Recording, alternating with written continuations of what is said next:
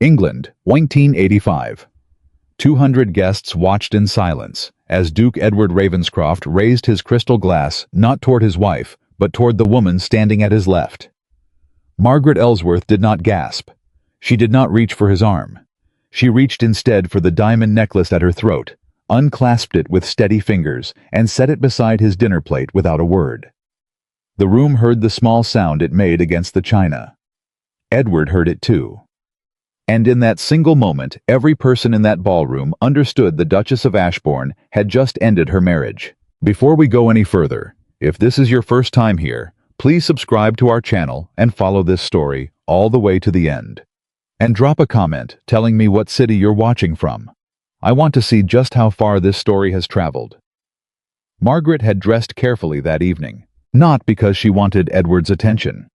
She had stopped wanting that somewhere around the 4th year of their marriage, when she realized that wanting something from a man who never thought to offer it was its own particular kind of cruelty, one you inflicted on yourself over and over without anyone ever noticing the damage. She dressed carefully because Ashbourne Hall was her house. She had made it what it was. Every gathering that took place beneath its ceilings, every diplomatic connection that had been solidified across its dinner tables, every rumor that had been quietly extinguished before it could touch the family name. All of it had passed through her hands. If anyone was going to represent the Ellsworth-Ravenscroft legacy on the night of the annual winter ball, it was going to be done correctly. She chose the deep blue gown because it was dignified without being cold. She wore the diamond Edward had clasped around her throat on their wedding morning when he had kissed her cheek and told her she was the finest woman he had ever known. She had believed him then. She had spent the better part of a decade trying to remain worthy of that assessment. Her lady's maid Agnes finished the last of her hair and stepped back. "You look beautiful, ma'am," Agnes said softly. Margaret studied her reflection for a long moment. "I look like the Duchess of Ashbourne," she said, "which is what I am." She did not say it with pride. She said it the way a woman says the name of a position she has held so long that she can no longer remember what she was before it. The ballroom was everything it was supposed to be. Ashbourne Hall's great room had hosted 3 generations of English aristocracy, and it wore that history the way old stone always does not, with showiness, but with the quiet certainty of something that has endured. The candles had been arranged exactly as Margaret specified in the notes she'd left with the head footman 2 weeks prior. The flowers at each table were the ivory roses she'd ordered from the florist in London. The musicians were positioned where the acoustics were best, which she had personally tested during a walkthrough the previous Tuesday afternoon. 200 guests filled the room with conversation and perfume, and the particular energy of England's privileged class when it gathers to be seen by itself. Margaret moved through it all with the ease of someone who has hosted enough of these evenings to do it in her sleep. She spoke to Lady Pemberton about her daughter's upcoming season. She asked after Lord Harcastle's gout. She guided a young viscountess away from a social misstep with such grace that the girl never realized she'd nearly made one. This was what Margaret did. Not because she was paid to, not because anyone had ever thanked her for it, but because the machinery of a household like Ashbourne required constant invisible maintenance, and she had appointed herself its keeper long ago. She was speaking with old Sir William Carmichael, who was 81 and loved by everyone, and always needed someone to stand with him, so he didn't feel forgotten when she heard the doors open at the far end of the ballroom. She didn't turn immediately. She knew the sound of those doors. She knew the sound of Edward's footstep on marble. She had lived inside this house long enough to know its rhythms, the way a musician knows a piece she's played 10,000 times. What she did not expect was the change in the room's conversation. It didn't stop. It shifted. Like water redirected by a stone dropped into still water. The voices nearest the entrance lowered slightly, then the ones behind them. A ripple of attention moving through the crowd in the direction of the door. Sir William's eyes moved past her shoulder. "Ah," he said, and then nothing else. Margaret turned. Edward stood at the entrance to the ballroom in his formal evening dress, looking exactly as he always looked in a crowd. Tall, composed, confident in the particular way that men who have never had to question their own importance tend to be confident. He had his father's jaw and his grandfather's bearing, and he wore both like a birthright, which of course they were.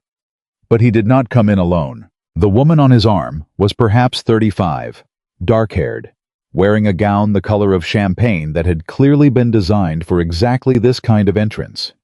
She moved the way certain women learn to move when they understand that a room full of people will watch them, not quickly, not slowly, but with a measured ease that communicated complete awareness of every eye upon her. Lady Victoria Harrington. Margaret knew the name.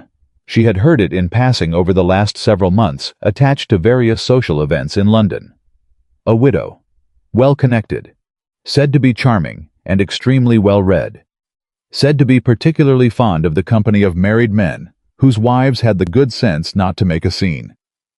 She had not known until this moment that Edward had brought her here, to Ashbourne Hall, to Margaret's ballroom, to stand at his side in front of 200 people who would remember everything they saw tonight.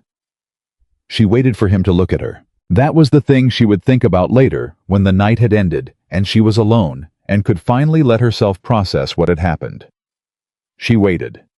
She stood still, and she waited for him to find her face in the crowd, the way a husband is supposed to find his wife's face, the way two people who have shared a decade of living should be able to locate each other across a room full of strangers. He didn't look. He moved through the ballroom with Victoria Harrington at his side, and he accepted compliments on her behalf, and he smiled the smile that Margaret had once believed was reserved for her. And he never once turned in the direction of the woman who had spent 2 weeks making sure this evening would be perfect. Lady Pemberton found Margaret's arm. "My dear," she said very quietly. "I'm perfectly well," Margaret said. "Of course you are," Lady Pemberton replied, which was what women of their generation said when they both knew the truth was something else entirely. Margaret did not seek a confrontation. That was not who she was, and it never had been. She understood on some level that was deeper than anger and more permanent than humiliation. That making a scene would only produce exactly what Edward seemed to be counting on, a version of events in which she was the difficult wife and he was the put-upon husband who had simply sought companionship elsewhere. She had watched enough marriages collapse to recognize the architecture of this particular kind of cruelty. So she watched instead. She watched Edward guide Victoria toward a group of men she recognized as his closest associates. Lord Fairfax, young Viscount Ellery, the MP from Lincolnshire, whose name she could never remember. She watched Victoria say something that made all of them laugh. She watched Edward look at Victoria with the expression of a man who believes he has discovered something remarkable. She watched it all from across the room, and something inside her went very quiet, not numb. She would correct that misconception later, when people assumed that quiet meant absence of feeling. It was not numbness. It was something more like clarity. The strange stillness that arrives when you have finally stopped hoping for something and can see the situation for exactly what it is. She excused herself from Sir William with a gentle promise to return and moved to the edge of the room where she could breathe more easily. One of the young footmen, Thomas, who was 19 and had been recently hired and was always slightly terrified of getting something wrong, appeared at her elbow. "Duchess, shall I bring you a glass of champagne?" "Yes, please," she said. "Thank you, Thomas." He brought it. She held it, but didn't drink. She was watching Edward move toward the center of the room with the particular purposefulness of a man who has decided to do something and has calculated that now is the moment for it. She saw him signal the musicians. The music faded. The room turned toward him. And Margaret understood with the cold precision of someone watching a carriage accident. She cannot stop exactly what was about to happen. "Ladies and gentlemen," Edward said. His voice carried. It always had. He was a man built in every physical and social sense to be heard across a room. "I want to take a moment this evening to offer a toast." Around the ballroom, 200 people raised their glasses or reached for them. The ritual of the toast was so embedded in the fabric of these gatherings that the motion was almost automatic. "We gather here each winter in this house," Edward continued, "and I am always grateful for your company and your friendship.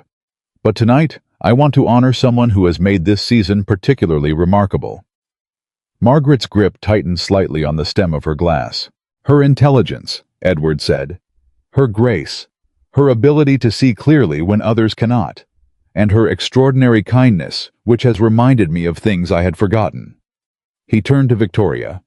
To Lady Victoria Harrington, he said, a woman who has brought genuine light into this house. The room applauded. Victoria inclined her head with the practiced modesty of someone who had expected exactly this, and was performing gratitude rather than feeling it. And Margaret stood at the edge of the room with a full glass of champagne in her hand, and understood with complete and devastating clarity that every quality Edward had just named, intelligence, grace, clarity, kindness, were the qualities she had given him for 10 years without recognition or acknowledgement or thanks.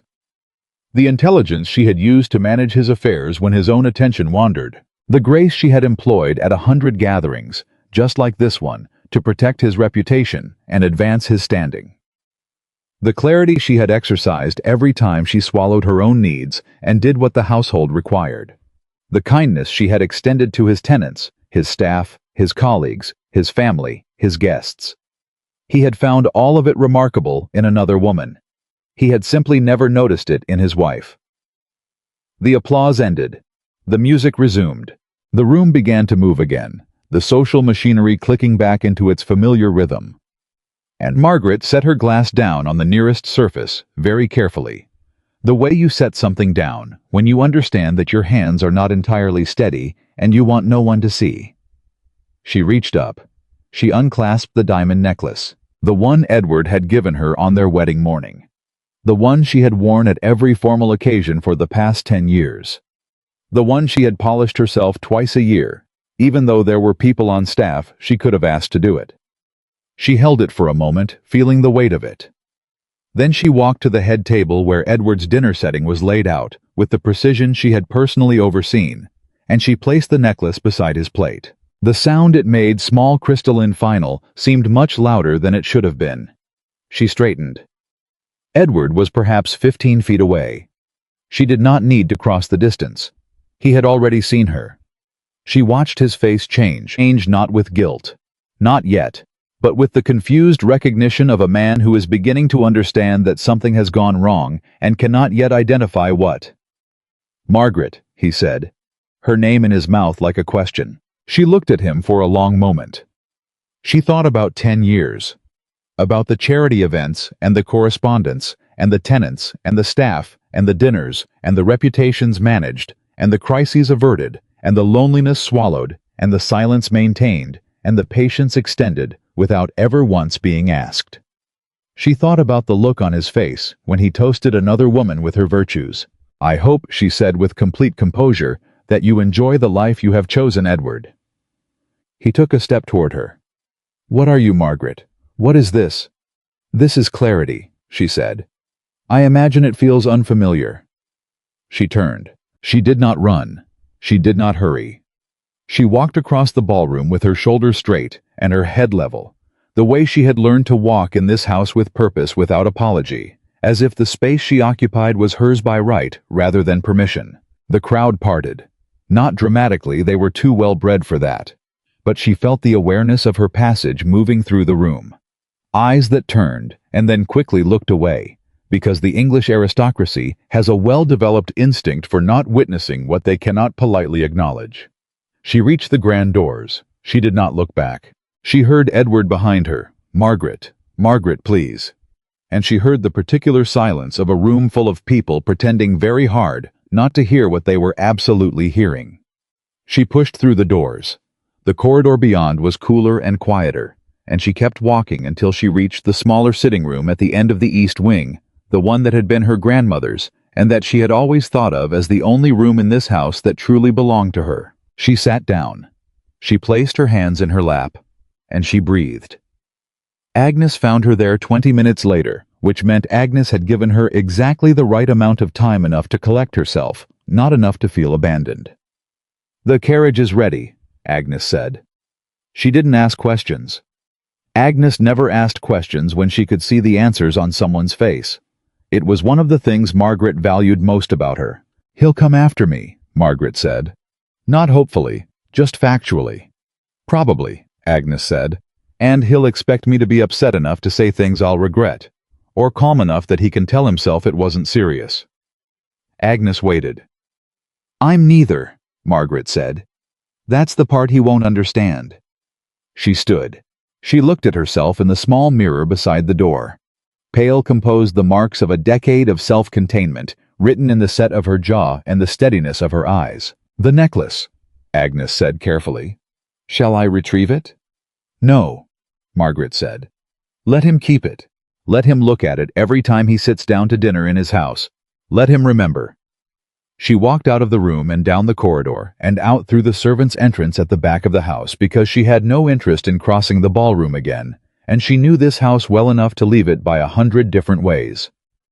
The night air was cold and sharp. She breathed it in. Behind her Ashbourne Hall blazed with light and music, and the comfortable noise of a party continuing without her.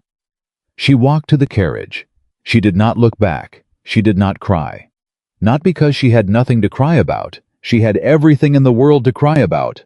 But because some kinds of grief are too complete for tears, and some kinds of endings have a weight that sits differently than sadness. She was not sad. She was done. The carriage moved through the darkness, and Margaret sat with her hands folded and her face turned toward the window, and she thought about the woman she had been when she first came to Ashbourne Hall as a young bride. 22 years old and full of intentions. She had been going to be a good wife. She had been going to make Edward proud. She had been going to build a household that was warm and organized and respected and alive. She had done all of it. Every single piece of it. She had simply done it without ever understanding that doing everything doesn't make a person loved. It makes them useful. And the English aristocracy, perhaps more than any other class on earth, is very good at making use of people without ever acknowledging it.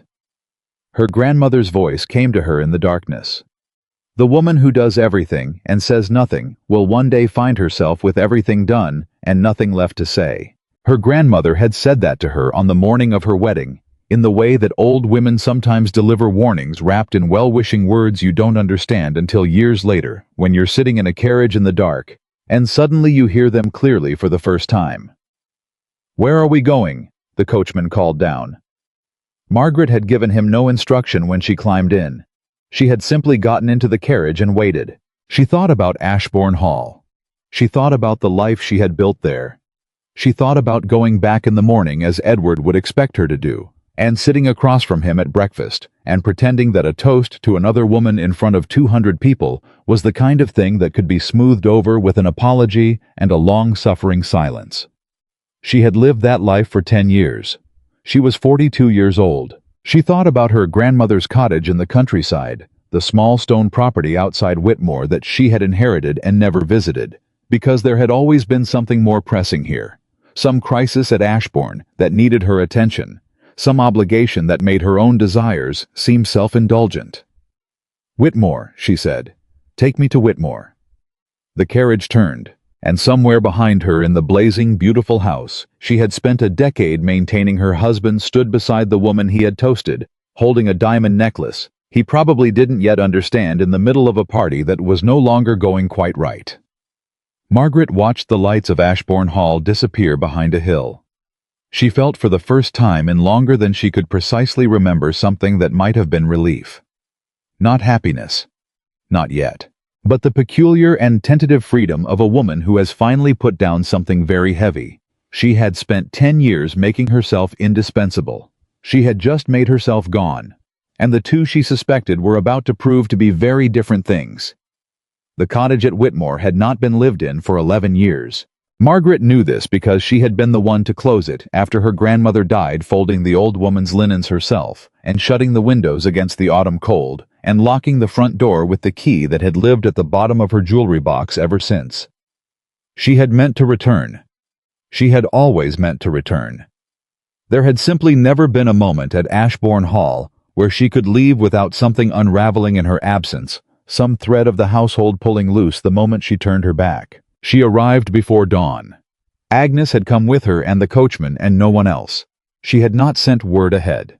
There was no staff to receive her, no fire already lit, no supper waiting. Just the stone cottage in the dark, and the smell of cold air and old wood and 11 years of silence. Agnes looked at the door, then at Margaret, then back at the door. Well, Agnes said, we've opened worse. They got the fire going themselves. Margaret had not built a fire with her own hands since she was a girl, and she made a poor job of it the first time, and a reasonable one the second. And by the time the first gray light came through the windows, the room was warm enough to breathe in without seeing your breath. She sat in her grandmother's chair. She didn't sleep. She sat and listened to the fire and the silence outside, and the gradual brightening of the world through the old glass windows, and she let herself exist in a space where no one needed anything from her. It was the strangest feeling she had experienced in years. Not comfort exactly. More like the first moments after setting down a weight you've carried so long that your arms don't know what to do with themselves. A kind of disoriented lightness. An unfamiliarity with your own hands. By mid-morning, Agnes had found flour and salt and a tin of tea that was old but usable, and she had produced something close to breakfast from the cottage's bare pantry, through a combination of resourcefulness and refusal to be defeated by inconvenience. She set a cup in front of Margaret and stood back. "He'll have sent someone by now," Agnes said. "Probably sent himself," Margaret said. "He would have waited until morning. He wouldn't come in the night. It would be too obvious, too desperate. He'll want to look measured. And when he comes..." Margaret wrapped both hands around the cup. "He's going to tell me I overreacted."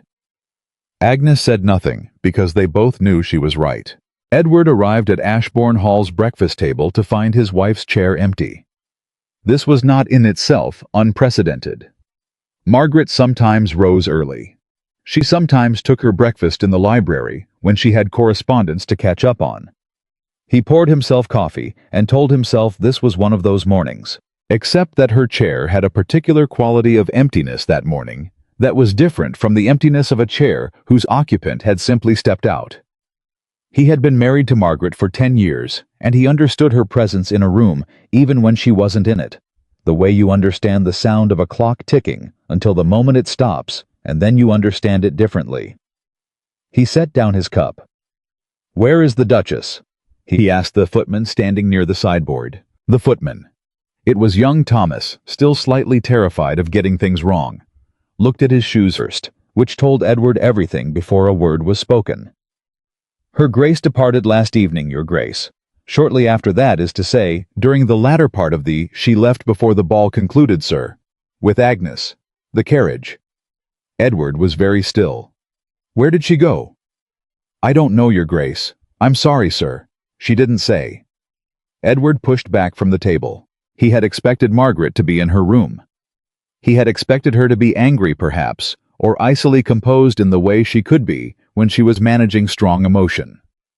He had expected some version of this conversation to happen across the breakfast table, where she would wait for him to explain himself, and he would offer some version of an explanation, and they would arrive at the particular cold equilibrium that their marriage had occupied for the last several years. He had not expected her to simply leave. He stood in the doorway of her bedroom and looked at the space where her presence should have been. The bed was undisturbed. Her dressing table was in its usual perfect order. Everything was exactly as it always was, except that she was not there. On the mantelpiece he found something he hadn't expected. The diamond necklace he had placed in his pocket the night before, after the ballroom cleared, and he'd retrieved it from beside his dinner plate. Someone had brought it up here. Agnes probably before she left.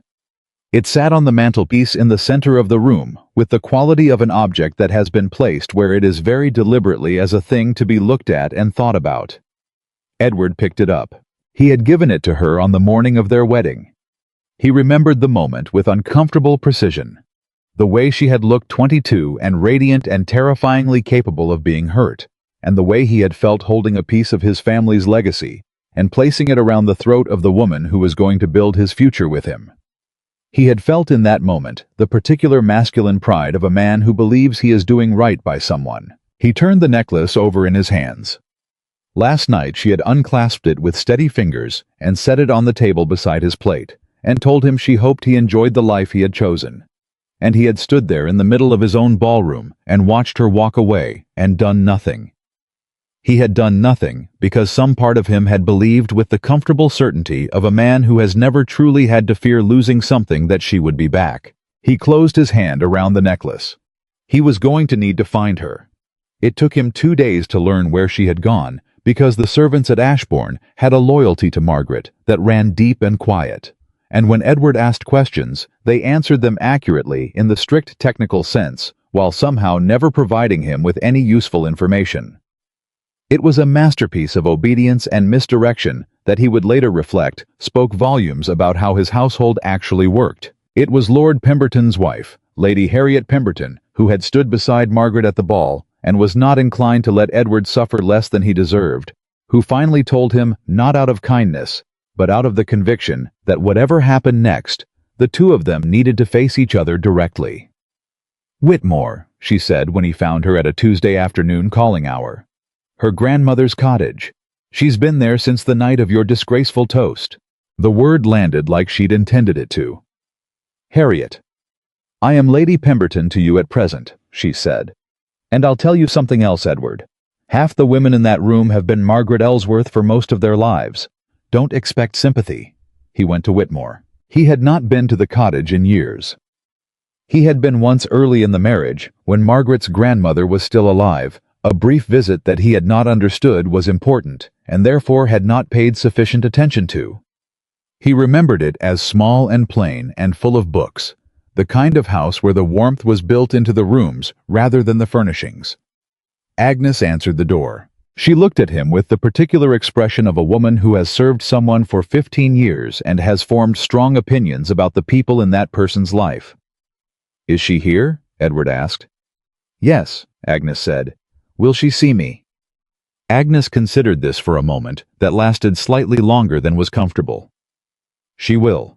Whether she'll speak to you is her business.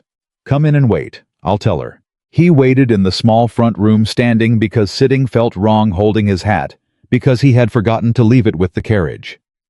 He could hear movement somewhere further in the house. He could hear very faintly voices, Agnes's, and then one that was quieter, which was Margaret's. He waited. Margaret came in. She was not dressed for company. She was wearing a plain dress he had never seen, something practical and dark, and her hair was pinned simply without any of the ceremony of Ashbourne. She looked, he realized with a disorientation he hadn't anticipated, completely herself. Not the Duchess of Ashbourne. Not the woman who managed his household and his social calendar and his reputation. Just Margaret. Just the woman he had married. She looked well. That was the thing that caught him sideways. He had expected what distress evidence of suffering he found instead, a woman who appeared to have slept properly, moved through her own space comfortably, and occupied her own life without apology. "Edward," she said. "Margaret." He looked at her. "You're well." "I am," she said. "Sit down if you like." He didn't sit. "I came to ask you to come home."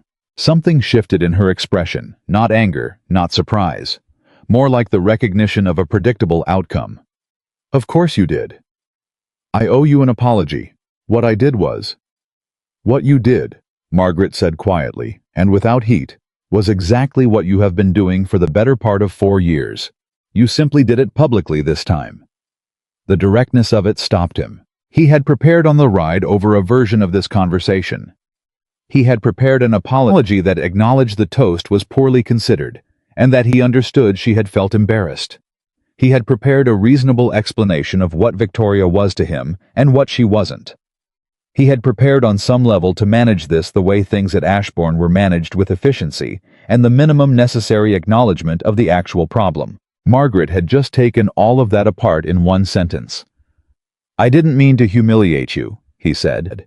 "I know you didn't," she said. "That's not the point. The point is that you humiliated me as a consequence of not thinking about me at all. Edward, I stood in that ballroom, and I watched you give a toast. And every quality you named, every single one I have given you for 10 years. You found them remarkable in a stranger." He opened his mouth. "Don't," she said.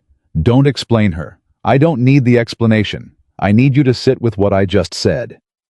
He sat with it. The fire crackled in the small grate. Outside, the countryside went on doing what the countryside does, quietly, indifferently, without concern for the difficulties of the people inside the houses sitting in it. "Come home," he said again, but differently this time, less certain. "No," Margaret said. "Not yet. and possibly not at all. The words hit him harder than he had expected. Not the threat of them, the calm in her voice when she said them. As if she had already considered this. As if she had already made space for this possibility and lived inside it for a few days and found that it was survivable. "What do you want?" he asked. She looked at him for a long moment. "I want to find out what I want," she said. "That's the first honest thing I've said in years." He left Whitmore with nothing resolved, which was perhaps the most disorienting thing that had ever happened to him. He returned to Ashbourne Hall and discovered in small and accumulating ways what had been lost. It did not announce itself as a catastrophe. It arrived the way that kind of absence always does in small failures. In things that didn't happen because no one had thought to make them happen. In the particular silence of a house whose invisible machinery has been switched off without anyone realizing how many things it was running. The flowers in the entrance hall weren't replaced. He noticed this on the third day, because he walked past the arrangement that had been there on the night of the ball, and found it had gone to seed, and no one had removed it. He mentioned it to the head footman, who looked faintly panicked, and said he would have it seen to, and Edward understood from the man's expression that in 14 years of service, no one had ever had to tell him about the flowers, because the Duchess had managed it without anyone needing to be told. A letter arrived from the Tenants' Association, requesting the postponement of the quarterly meeting that Margaret had apparently been coordinating. Edward had not known she was coordinating it. He had not known there was a quarterly meeting. He had not known he was beginning to understand about a great many things that ran under the surface of his life, like water under ice. His secretary, Mr. Holt, came to him on the 5th day with a pile of correspondence that had apparently been accumulating because several of the letters were responses to inquiries that Margaret had been handling, and Holt had been holding them because he didn't know who to give them to. "Give them to me," Edward said. He sat down with them. 2 hours later, he understood that managing the social and charitable and domestic affairs of Ashbourne was not in fact simple work that happened on its own. It was constant and complicated and required intimate knowledge of approximately 200 relationships and obligations and ongoing situations, and he could account for perhaps 30 of them. He put the letters down. He sat alone in his study, in the house that his wife had been running invisibly and excellently for a decade. I thought about the toast he had given. He thought about standing in that ballroom and raising a glass to a woman's intelligence and kindness and grace, while his wife stood 15 feet away, holding a champagne glass she never drank from. He had praised in Victoria what he had taken for granted in Margaret. The realization did not arrive as a dramatic revelation. It arrived the way uncomfortable truths usually do, slowly, reluctantly, through the accumulation of evidence that can no longer be ignored. He had been a man who benefited from his wife's capability without ever acknowledging that capability as anything other than the natural state of his household. He had been, in the most specific and least comfortable sense of the word, obtuse. At Whitmore, Margaret was building something, not literally. Or not only literally. Though she did in fact spend time in the garden learning what her grandmother had planted and what had survived the 11 years of neglect and what could be brought back with attention. She found that she had strong opinions about gardens. This surprised her. She had spent so many years executing other people's preferences that she had nearly forgotten she had her own. She opened the old reading room her grandmother had maintained, a small side room packed with books that the village children used to visit on Saturday mornings. She spread the word through Agnes, who spread it through the local shops, and on the first Saturday, 2 children came, and on the second Saturday, 5, and on the third Saturday, 11, and by the 4th week, there were parents stopping her in the village to thank her. "It's nothing," she told them. "It isn't nothing," said one woman, a farmer's wife named Elspeth, who had the kind of direct manner that comes from decades of practical necessity. "My Annie's been coming home talking about books. She's never talked about books before. Whatever you're doing in there, keep doing it." Margaret thought about that conversation for several days afterward. She turned it over the way you turn over a stone to see what's underneath, not because you expect anything in particular, but because you're curious. She had been thanked more times in 4 weeks at Whitmore than she had been thanked in the last 4 years at Ashbourne. She had been seen more clearly by a farmer's wife named Elspeth than she had been seen by the man she had married. This was not precisely a revelation, but it sat in her chest with a weight and a warmth that she hadn't felt in a very long time.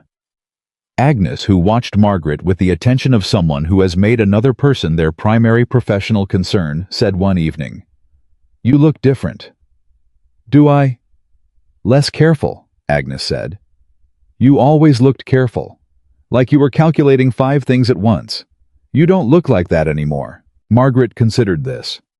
"I suppose I was always calculating. What do I say? How do I present it? What does he need? What does the household need? What does the season require? And now?" Margaret looked at the fire. "Now I mostly think about what I want for breakfast." Agnes smiled. It was the first time Margaret had seen her smile without reservation in longer than she could remember. Word traveled the way. Word does in English county society, through drawing rooms and morning calls, and the particular social infrastructure of women who are paying close attention even when the men around them believe no one is paying attention to anything. By the 3rd week, it was generally understood among the people who mattered that the Duchess of Ashbourne had left the Duke's house and was living quietly in the countryside, and was by all accounts entirely fine. This was in its own way the most devastating piece of information that could have circulated about Edward Ravenscroft. A distressed wife would have been manageable. A wife engaged in public accusation would have been awkward, but navigable. A wife who was simply gone and well, and apparently thriving, suggested something that no man of Edward's class wanted to be suggested about him. It suggested he hadn't mattered as much as he'd thought. Lady Pemberton said as much to him when he encountered her at a dinner party. He attended mostly because he had no good reason not to. "She seems happy," Lady Pemberton said, in the way people deliver information they know will sting. "Margaret is resilient," he said. "Margaret is thriving," Lady Pemberton said. "There's a difference. Resilience is what happens when people survive something difficult. What I'm hearing about Margaret is something else. She's apparently started a reading program for village children. I'm told the local families adore her. She's gardening. She's sleeping. She looks 10 years younger." Edward picked up his wine glass and set it down without drinking. "Meanwhile," Lady Pemberton said, not unkindly, but not gently, either, "I hear Ashbourne Hall is struggling to keep its social correspondence in order." He said nothing. "It's remarkable," she said, "how much a house can fall apart when the person who is quietly holding it together decides to stop." Edward went back to Whitmore. He had not planned to go.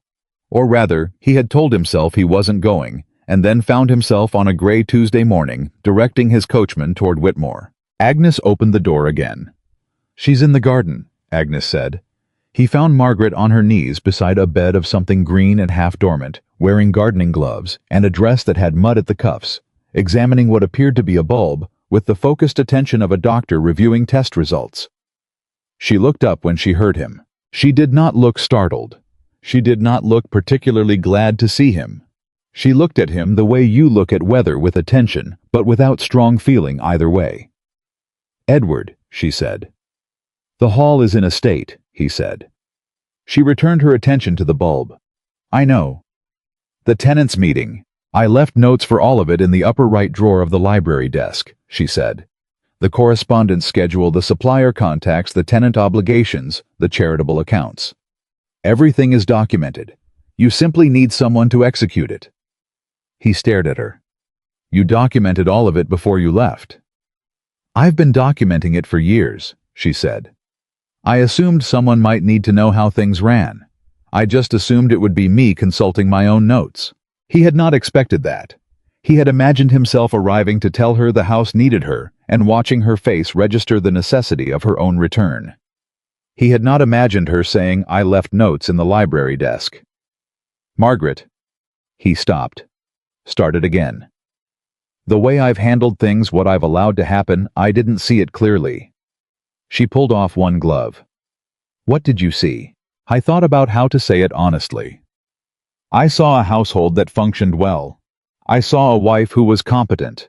I saw my own life running smoothly, and I didn't ask why. And now I understand that it was running smoothly because you never stopped working to make it so.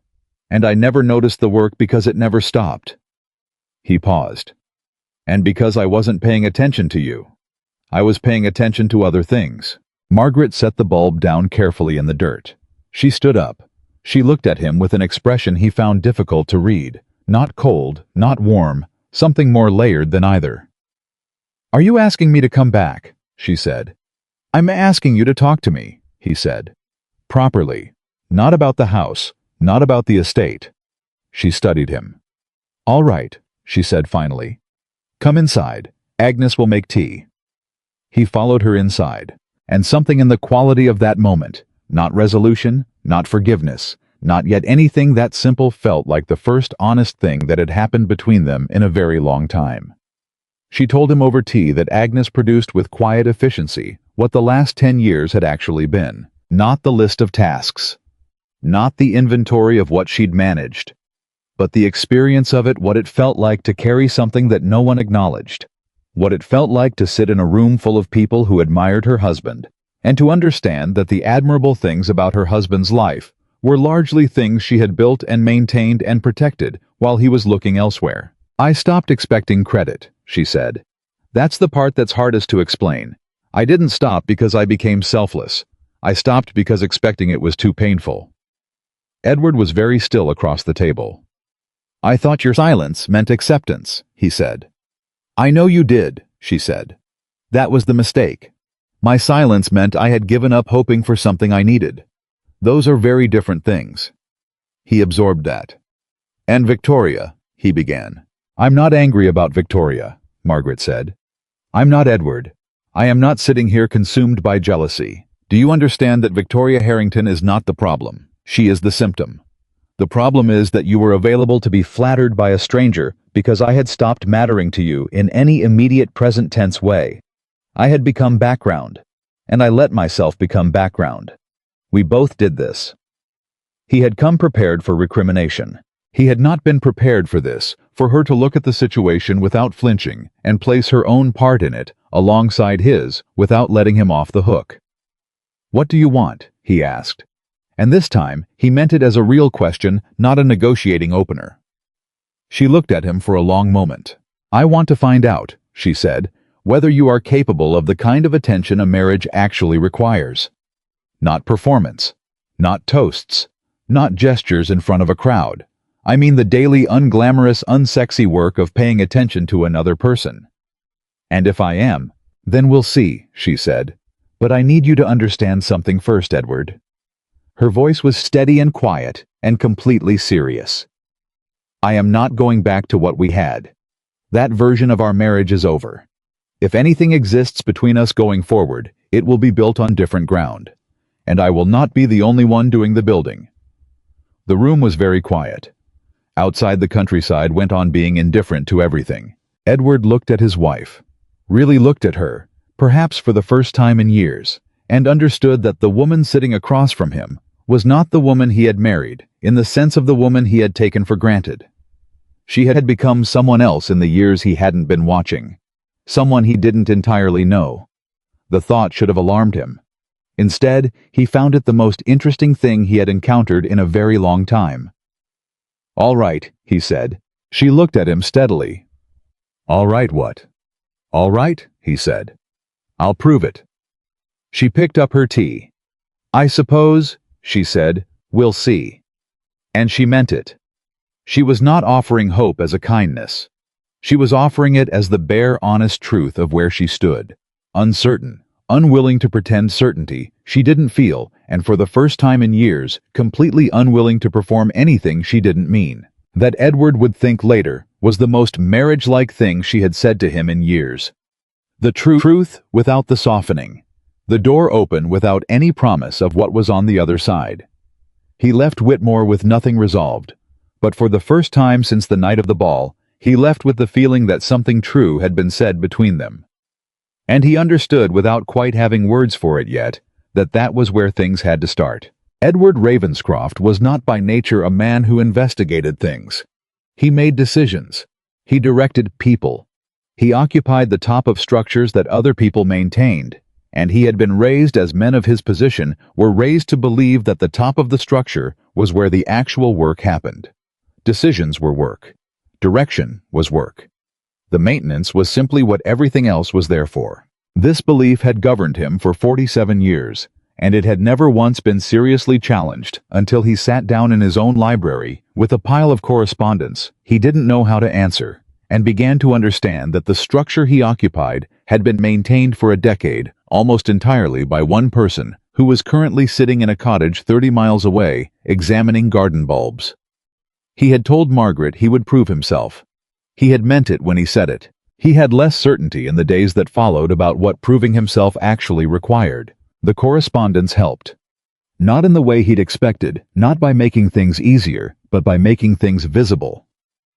Margaret's notes in the library desk were meticulous. She had documented not just the tasks, but the reasoning behind them, the history of each relationship, the particular sensitivities involved in each ongoing arrangement.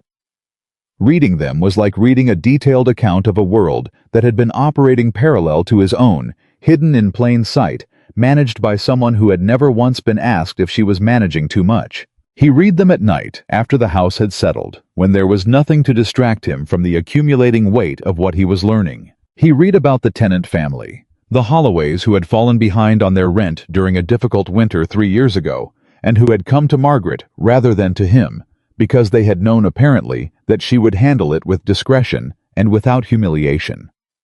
She had arranged a temporary reduction and helped the family's eldest son find additional work, and the matter had never reached Edward's desk because it had never needed to. The Holloways were now among Ashbourne's most reliable tenants. He read about the disagreement between the head groundskeeper and the estate manager that had nearly cost him both of them, and how Margaret had mediated it over the course of 6 weeks through individual conversations that he had never known were happening. He read about the young maid she had quietly helped find a safer position elsewhere when the situation in a neighboring estate became dangerous, using connections she had built over years through exactly the kind of patient social investment that he had never thought to make himself. He put the notes down. He sat in his library, his house, his estate, his position, and he understood that he had been a passenger who had believed himself to be driving. He reached for the brandy on the desk and stopped with his hand around the glass and set it back down without pouring it, because this was not the kind of moment he wanted to be slightly blurred for. He wanted to feel the full weight of it. He thought he owed himself at least that much honesty. It was Holt who first mentioned Victoria, not directly. Holt was too careful for that, and besides, he had been Edward's secretary for 8 years and had a finely calibrated sense of which observations his employer would receive well, and which would bounce off the defensive outer layers of male certainty without penetrating. He mentioned it sideways in the way that careful men deliver information they know their employer needs but doesn't want. He came to Edward with a letter. "This arrived for Lady Harrington," he said. "Addressed care of Ashbourne Hall. I wasn't certain how to proceed." Edward looked at the envelope. "From whom?" "A Mr. Silas Graff," Holt said. "London. I don't know the name." Edward turned the letter over. "How many letters has Lady Harrington received here in the last since the ball?" Holt's expression shifted in a way that was almost imperceptible. "Several, Your Grace. I forwarded them to her London address without opening them, as was appropriate." "How many is several?" "8, Holt said. "Over the past 6 weeks." Edward was quiet for a moment. "And before the ball, did she receive correspondence here before that?" Holt looked at his shoes. Not exactly as Thomas had looked at his shoes, but with a similar energy. The energy of a man who knows the answer and is calculating the consequences of giving it. "Yes, Your Grace. She was a frequent correspondent with several parties during her visits." "During her visits." Edward set the letter down. "How frequently was she visiting before the ball?" "Monthly," Holt said. "Beginning approximately 8 months ago, always as a social call. I believe she was often in Lady Ashton's party, which made it unremarkable." 8 months. Victoria Harrington had been coming to Ashbourne under the cover of Lady Ashton's social calls for 8 months before the ball. Edward picked the letter up again. He looked at it for a long moment. Then he made a decision that he would think about afterward as either the most important thing he did in this period or the least honorable, depending on his mood when he thought about it. "Open it," he said. Holt's eyebrows did something careful. "Your Grace." "Open it, Holt." Holt opened it. He read it. Then he placed it on the desk in front of Edward without comment. The letter was from the man named Silas Graff, who appeared to be a solicitor, and it concerned a property matter. Specifically, it concerned a debt that Victoria Harrington had contracted 18 months ago against the anticipated proceeds of what the letter referred to as the Ravenscroft arrangement. Edward read it twice. The Ravenscroft arrangement, written as if it were an established transaction. As if Edward's involvement with Victoria were not a romantic entanglement, but a financial strategy. As if someone 18 months ago had counted on him as a source of income before he had even been introduced to the woman. He put the letter down. He stood up. I went to the window and stood there with his hands behind his back and his jaw set and worked through what he was thinking very carefully, because the alternative to thinking carefully was hitting something, and he was 47 years old and a duke, and that was not how 47-year-old dukes were supposed to handle new information. "Holt," he said. "Yes, Your Grace. I want everything. Every piece of correspondence that passed through this house connected to Lady Harrington. Every bill, every letter, every calling card, every record of who she met here and what was discussed. Some of it may be—" "I know it may not reflect well on me," Edward said. "Find it anyway." Holt left. Edward stood at the window and thought about 8 months of carefully staged visits. He thought about a woman who had arrived at his life with extraordinary timing and positioned herself with extraordinary precision, who had spoken to him about all the things he most wanted to believe about himself, his intelligence, his perception, his deserved greatness, and who had gently, consistently introduced doubts about the woman who might otherwise have kept him anchored to the truth. He thought about Margaret standing in the ballroom with her hands still. He thought about the toast. And he felt something he was not accustomed to feeling, a cold, clarifying anger, not at Victoria, not exactly, but at himself. For being exactly the kind of man that kind of scheme was designed for.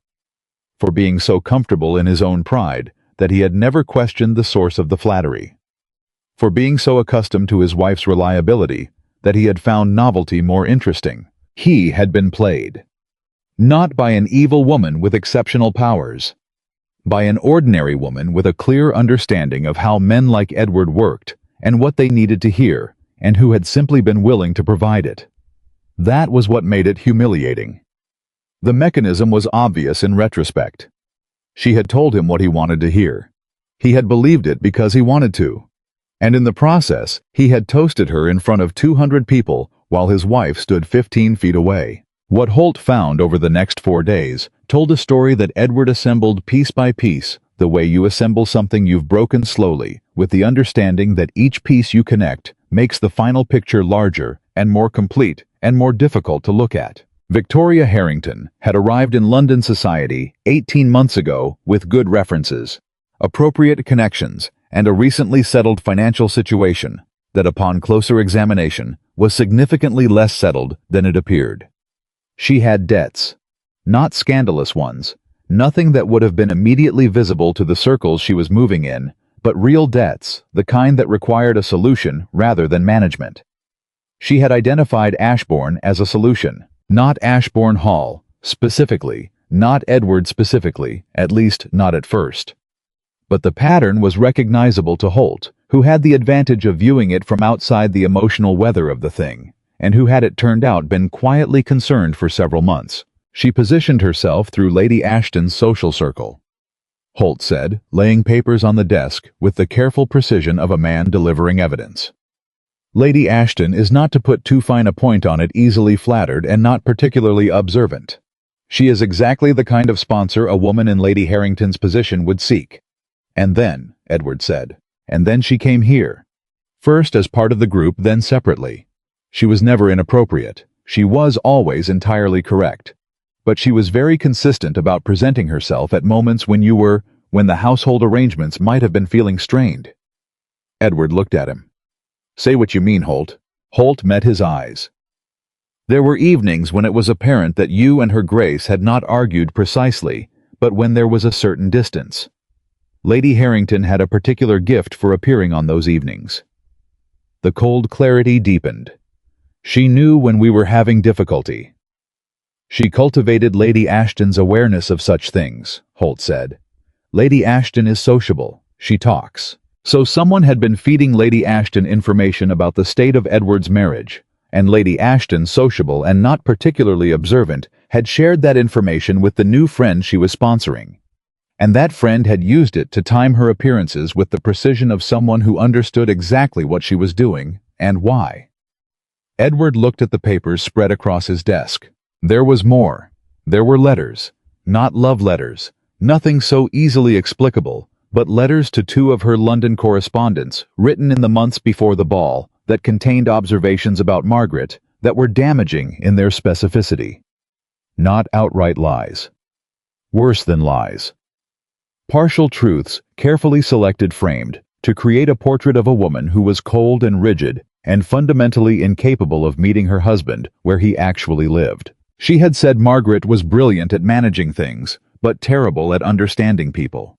She had said Margaret had built a beautiful house and lost a marriage inside it. She had said in one letter that Edward read 3 times because he couldn't believe the precision of its calculation that Edward deserved the kind of warmth that his wife simply wasn't built to give him. He put the letter down. I thought about how many of those observations he had absorbed without knowing their source. How many of them had settled into his understanding of his marriage, like seeds dropped into soil, growing slowly, shaping his perception of Margaret in ways he couldn't trace because he hadn't known they were being shaped. He had thought his dissatisfaction was his own. He had thought his drift from Margaret was natural. The inevitable cooling of a long marriage, the reasonable turn toward something new. He had not understood that it had been cultivated. Not manufactured entirely. The distance between him and Margaret had been real. He could not blame Victoria for that. The distance had been built by 2 people who had gradually stopped doing the work a marriage requires, and no amount of external manipulation could have produced it out of nothing. But she had found the crack, and she had widened it. She had found a man who was already taking his wife for granted, and she had made him a story where that was his wife's fault. And he had believed it because it was convenient. Because believing it was easier than asking himself what he had contributed to the distance. Because the story where he was the unappreciated husband, and Margaret was the cold and capable woman who had forgotten how to be warm, was a story that required nothing of him. He thought about the toast. He thought about standing in his ballroom and publicly honoring a woman who had spent 8 months engineering that moment. He thought about Margaret's face, the steadiness of it, the complete composure, and understood for the first time that she had not been cold. She had not been unfeeling. She had been a woman holding herself together with everything she had, while her husband praised another woman with her own qualities. And she had still walked out of that room without making a scene, because even in the worst moment of her marriage, she had been thinking about dignity. His. The realization hit him with the force of something physical. Even there at the end, her instinct had been to protect him. He drove to Whitmore that same evening. He did not wait for morning. He did not compose himself. He went directly, still in his day clothes with the letters in his coat pocket, and something in his chest that was not quite grief, and not quite shame, but contained significant quantities of both. Agnes opened the door and looked at him. "It's late," she said. "I know," Edward said. "I need to speak to her." Agnes looked at him for a long moment, with the expression of a woman evaluating whether someone deserves to be let in. Then she stepped aside. Margaret was in the sitting room. She had been reading. The book was still open in her lap, but she had heard the carriage and was sitting very still in the way that people sit still when they are bracing themselves. She looked at his face. "What happened?" she said. He sat down across from her without preamble. He took the letters from his coat pocket. He placed them on the table between them. She looked at the letters, then at him. "Victoria Harrington," he said, "has been planning this for at least 18 months. She positioned herself through Lady Ashton. She used information about us, about the state of our marriage, about our difficulties to time her appearances and to shape how I thought about you." He paused. "She has debts. She identified Ashbourne as a way to resolve them. I was a target, Margaret. Not in a romantic sense, in a financial one." Margaret looked at the letters. She did not pick them up. She looked at them the way you look at something you have been half expecting to see and are not entirely surprised to find in front of you. I suspected something, she said quietly. Not specifically, but the timing of things, the way she always seemed to appear when things between us were already not well, it felt too convenient. Edward stared at her. You suspected. I suspected that her interest in you was not what she presented it to be, Margaret said. I didn't know the specifics. I didn't have evidence. She looked up at him. And I was also not going to conduct an investigation of my husband's companion. That is not who I am. He felt the words settle. She had suspected. She had perhaps known on some level that something was wrong with the shape of Victoria's appearance in their lives. And she had said nothing. Not because she was passive, not because she didn't care, but because conducting herself with integrity mattered to her more than winning the specific argument. She spread stories about you, he said. She told me through various means that you were cold, that you were too capable to be warm, that you had built a perfect house and lost sight of the person inside it. Margaret's expression didn't change dramatically. And you believed it. He stopped. He made himself say the true thing. I believed it because it was easier than looking at what I had actually done. She was quiet for a moment. Then she said, Edward, what Victoria told you, is it so different from what you already thought? The question hit him like cold water. He opened his mouth and then closed it again, because the honest answer was no. It wasn't different. The story Victoria had told was a more articulate version of the story he had already been telling himself. She hadn't created the narrative. She had refined it. She had given him a cleaner villain and a more sympathetic version of himself, and he had accepted it because it fit. No, he said, it isn't. Then the problem, Margaret said, is not only what she did. The problem is what you were already prepared to believe. He sat with that. The fire was low. Outside it had gotten dark. The silence between them was not comfortable. It was full of things that were true and difficult, and that both of them were finally at significant cost beginning to look at. I'm not asking you to forgive her, he said finally. I'll deal with Victoria. That's not why I came. I came because He stopped. I came because I need you to understand that I know, not just about her, about myself, about what I allowed, about what I caused. Margaret looked at him. She did not look moved in the way he might have hoped, not tearful, not softened. She looked like someone receiving information she had already arrived at through a different route. I know you know, she said. I've been watching you figure it out. He blinked. You've been watching. Lady Pemberton is not discreet, Margaret said, and the Ashbourne staff has been reporting to me whether I asked them to or not. Apparently my loyalty among the household staff is considerable. He almost laughed. They report to you. They worry about me, she said. It amounts to the same thing. He shook his head slowly, and there was something in it that was not amusement exactly, but was adjacent to it. The strange, painful recognition of a man understanding the full scale of what he had been missing. Agnes said you opened the reading room, he said. Margaret's expression changed slightly. Softened not toward him, but toward the subject. 11 children last Saturday. Elspeth Marsh's daughter read out loud to the group. She'd never done it before. Elspeth Marsh, he repeated. The farmer's wife on the Whitmore Road. She thanks me every time she sees me, Margaret said. She has thanked me more in 4 weeks than you have in 4 years. She said it without bitterness. That was what made it devastating. She said it the way you state a fact plainly, with clear eyes, without the trembling edge of someone trying to wound. She was simply telling the truth. He felt the truth settle into him like a stone finding the bottom of deep water. What I did at the ball, he said slowly. Standing up in front of everyone and praising another woman with the exact qualities you've spent 10 years giving me. The exact words, Margaret said. Intelligence, grace, kindness, clarity. He closed his eyes briefly. I know, he said. Do you know what the worst part was? She asked. It wasn't the humiliation. It wasn't standing there while 200 people understood what they were witnessing. The worst part was that I wasn't surprised. I had been invisible for so long that it had become normal. I had made myself so reliable that I had made myself ignorable. And I stood there and I thought, of course. Of course he doesn't see me. He hasn't looked in so long. The words were quiet. They were not an accusation, not in the conventional sense. They were simply a statement of what had been true, said aloud between two people in a small room in a cottage in the countryside where there was no audience and no performance and no way to hide behind the ceremony of position. Edward felt them land. I looked at Victoria, he said, and saw someone paying attention to me. And I didn't stop to wonder, why is this person paying such particular attention to me? I didn't stop because it felt good to be noticed. I hadn't understood how much I needed to be noticed until someone gave me what I wanted. He paused. Which is not, I understand, this is not an excuse. It's not an excuse, Margaret agreed. But it's honest. And I'll take honesty over excuse every time. He looked at her. What do I do? She held his gaze. You deal with Victoria.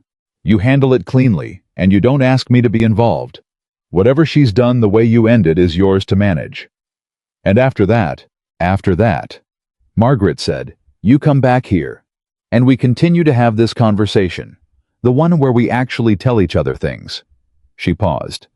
But Edward, I need you to understand something. Exposing what Victoria did doesn't resolve what existed in this marriage before she arrived.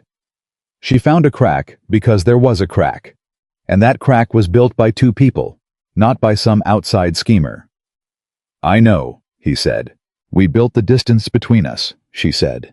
We built it slowly over years with silence and assumption and the convenient fiction that things were fine because nothing was visibly broken. She simply noticed the crack and put her fingers in it. He nodded. So the work, Margaret said, is not to blame her. The work is to look at what we built and what we failed to build, and decide whether what's left between us is something real or something we've both simply been too proud to let go of. I was quiet for a long moment. I don't want to let go of it, he said. And he meant it not as a plea, not as strategy, but as the simple statement of the truest thing he knew at that moment. Margaret looked at him for a long time. The kind of looking that does not perform feeling, but actually does it, the kind that takes time and doesn't blink away. I don't know yet what I want, she said finally. I told you that. I'm still finding out. I know, he said. But I'm willing to keep talking, she said. If you are. I am, he said. That's the most certain thing I know right now. She looked at the fire. He looked at her. And somewhere between what had been broken and what might still be possible, they sat together in the cottage her grandmother had built and let the silence be something other than a wall. Outside, the English countryside was completely dark. Winter was deepening. The roads back to Ashbourne were cold and long. Edward did not leave for another 2 hours. He and Margaret talked not about Victoria, not about the ball, not about the estate or the correspondence or any of the practical wreckage of the last weeks. They talked the way two people talk when they have finally stopped managing each other and started being honest, which is messier and slower and more necessary than any amount of efficient management. Agnes brought tea twice and pretended not to listen and listened carefully. When Edward finally stood to leave, Margaret walked him to the door. The letters, she said, nodding toward his coat pocket. What will you do with them? Handle it, he said. I told you. Cleanly. She nodded. She held the door. She looked at him with something that was not warmth yet, and not coldness either. Just the clear-eyed assessment of a woman deciding moment by moment what the person in front of her had earned. Edward, she said, just before he stepped out. He turned. She told you I was brilliant at managing things, but terrible at understanding people, Margaret said. I want you to know that's the one piece I've thought about. Told you I was brilliant at managing things, but terrible at understanding people, Margaret said. I want you to know that's the one piece I've thought about. Whether she was right. He waited. I think I understood people very well, she said. I think I understood you. I simply stopped telling you what I understood because I had learned that you weren't listening. She paused. That's going to have to change. If this conversation is going to keep happening. He held her gaze. It will change. I'll be watching, she said. She closed the door. He stood in the cold dark outside a cottage in Whitmore, with letters in his pocket that were about to end a scheme, and probably a woman's social standing, and the particular feeling of a man who has seen the full extent of his own mistakes for the first time, and understands that understanding them is only the beginning. The work ahead was not short. It was not going to be easy. But for the first time in a very long time, it was work he intended to do. Edward handled Victoria the way he said he would, cleanly and without Margaret's involvement. He did not make a scene. He did not write letters to newspapers or whisper into the ears of society matrons who would carry the information faster than any printed word. He was a duke, and he understood how power worked, which meant he understood that the most devastating thing he could do to Victoria Harrington was simply to stop. Stop the social access. Stop the implied endorsement. Stop the particular signal that his continued association with her had been sending to every ambitious hostess and well-connected family in their circle. When a duke stops, people notice. When a duke stops without explanation, people fill the silence with questions. And questions in English aristocratic society are more damaging than accusations. He met with her once. I had her come to a formal sitting room at Ashbourne. Not a drawing room, not anywhere with the warmth of social occasion. He had Holt present. He placed the letters on the table between them, the letter from Silas Graff about the Ravenscroft arrangement, and 2 of the letters she had written to her London correspondents about Margaret. Victoria looked at the letters. Then she looked at Edward. She was a composed woman. He had always known that. But there is a quality to the composure of someone who has been caught that is different from the composure of someone who has nothing to hide, and he could see the difference now with the clarity of someone who had finally removed the particular pair of glasses that had made her seem remarkable. "The arrangement," Edward said, "is concluded." Victoria said nothing for a moment. Then, "Edward, Your Grace," he said, not unkindly, just precisely. Her jaw tightened by a fraction. "Your Grace, these letters, they're not what they appear." "They appear," Edward said, "to be correspondence in which you referred to a financial strategy involving my estate and correspondence, in which you described my wife with the specific intent of damaging how I thought of her. If there is an alternative interpretation, I'm willing to hear it." She was quiet. "I thought not," he said. He did not threaten her. He did not need to. He told her that her social correspondence with Ashbourne would cease, that any future reference to the Ravenscroft family in her communications would be noted, and that he trusted she understood the full range of what that meant for her position in the circles she had worked so hard to enter. She stood. She kept her chin level. She said, "You'll regret this." "I've already regret what I should regret," Edward said. "This isn't one of those things." She left.